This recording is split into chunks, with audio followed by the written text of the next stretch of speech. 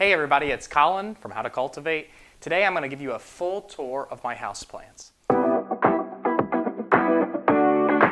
I've been loving the houseplants for about the past year or so, and today I want to share with you my collection and kind of my process through this past year. What has gone well, what have I learned, and mainly get to show you my beautiful collection here. So let's get started. Let's start over here with this one. This was sort of a rescue mission here. This is an aloe plant.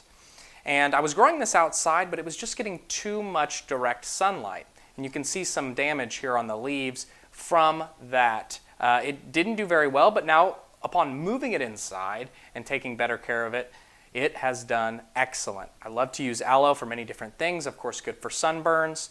It's healthy to drink as well, and you can even use it in your hair if you'd like. So this recently put out a new pup, which I've propagated out, so hopefully soon I will have 2 of these wonderful aloe plants to utilize. Going on to the next one here, let's talk about this big draping plant here up front. This is a golden pothos. You can tell it's a golden pothos because of the gold kind of coloration on the leaves throughout there. I love these plants that waterfall over. It just gives you a beautiful sort of effect wherever you put it on the table or on the shelf that you put it on.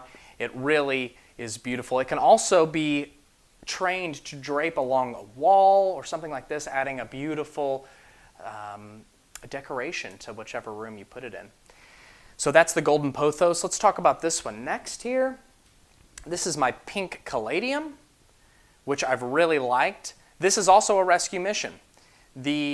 Upon getting this, the soil that it came in was just not right. It wasn't holding water very well, but I repotted it in some fresh new soil, and as we can see, it's putting out some new leaves, and I really like the pink color on this one.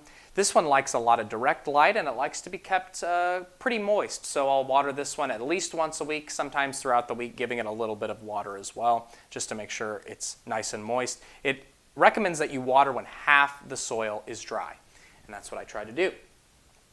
Let's go with my other kind of rescue mission plants here. How about this one up here, the prayer plant?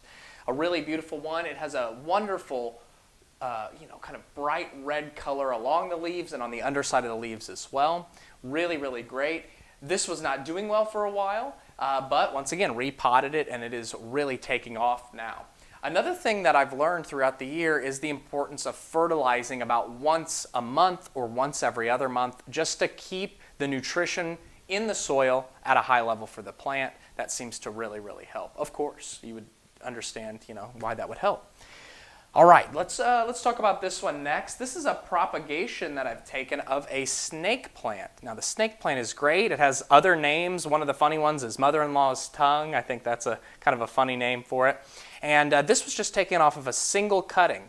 When you do take cuttings of the snake plant here, it does take a little while to grow, but as you can see, we have a second leaf coming up now and a few more down below waiting to grow. So this is really great. As they get larger, they do have kind of a special skill, which is that they improve the air quality in the room that they're in. So at a small size like this, probably not a noticeable difference, but once you get this quite large, it will start to make a difference.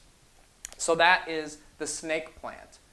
Another kind of on the smaller end, this plant here that I have is a mini bonsai tree. Now, this has gone through a few stages of doing really well and then not doing so well. And the main thing that they recommend with this one is to water it with ice cubes to get kind of that slow drip of water when you do water it about once a week.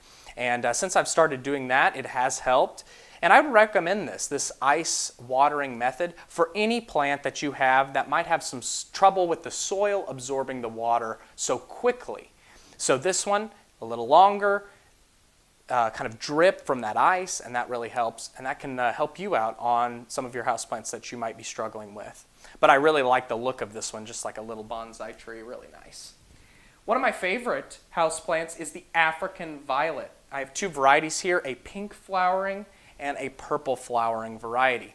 As you can see, they both look really healthy. I've recently repotted this, and the pink one is flowering right now. You can see sort of a shiny pink petals on those leaves, and it just adds a lot of beauty to whichever room you put it in. The purple flowers are just as pretty, and so that is the African violet. And the African violet was just discovered fairly recently in the world of plants, just in the late 1800s, if I'm right about that. But now, just in that short period of time, it has become a very prolific houseplant worldwide. It's widely grown. All right, back to the trees here. We've got our money tree. And the money tree I've just had for about 6 weeks or so. And upon its last fertilization, it has done excellent. You can see these leaves up top, slightly lighter in color than the rest of the leaves. It's because those are the newest ones. And I really like the shape of these leaves. This one right here does not like too much direct sunlight. So I have this one in front of a window, but it's across the room from the window. So a lot of that direct light sort of seeps into the room and gives this plant just the right amount of light that it likes. So that is the money tree. Another one that is in that same boat, it's stored in the same area as this one right here. It's called an inch plant, and I really like the coloration on this one as well. A really vibrant purple color on the underside of the leaves, and of course that sort of water falling effect that you get with many houseplants. This is one of those. So this is one that's gone through struggle and not so struggle, and now it's doing very, very well. So this one likes to be watered a little bit more frequently than, let's say, the money tree, maybe every 10 days. This one needs to be watered once a week. If it dries out, you start to lose leaves, and it starts to look a little bit bare. But it's doing very well now. It did go through a stage of losing a few leaves, a little dryness here and there, but now we're on a routine, and it is doing great. So now let's talk about kind of the big boy houseplants here. This one right here is the elephant ear. It's called that because of these large leaves. And as you can see, this is probably my most healthy looking houseplant. So when I first got this, I wasn't giving it enough direct light. This is one that likes quite a bit of light.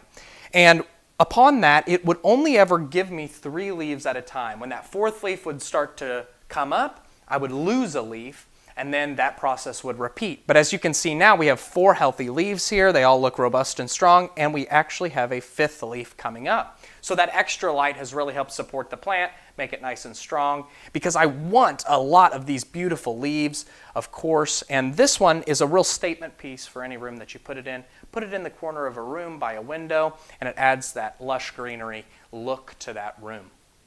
And then finally, probably the most well-known houseplant of all time, the Monstera. Here, I've had this one for just over a year, and it's about time to repot. What you'll notice is that when you buy Monsteras, they like to be close together. So they plant 3 or 4 plants in a single pot. And that's what I have here. I think I have 3 different plants in this pot. And I really like these leaves. And to get the biggest leaves that you can out of a Monstera, it's best to just have 1 plant per pot.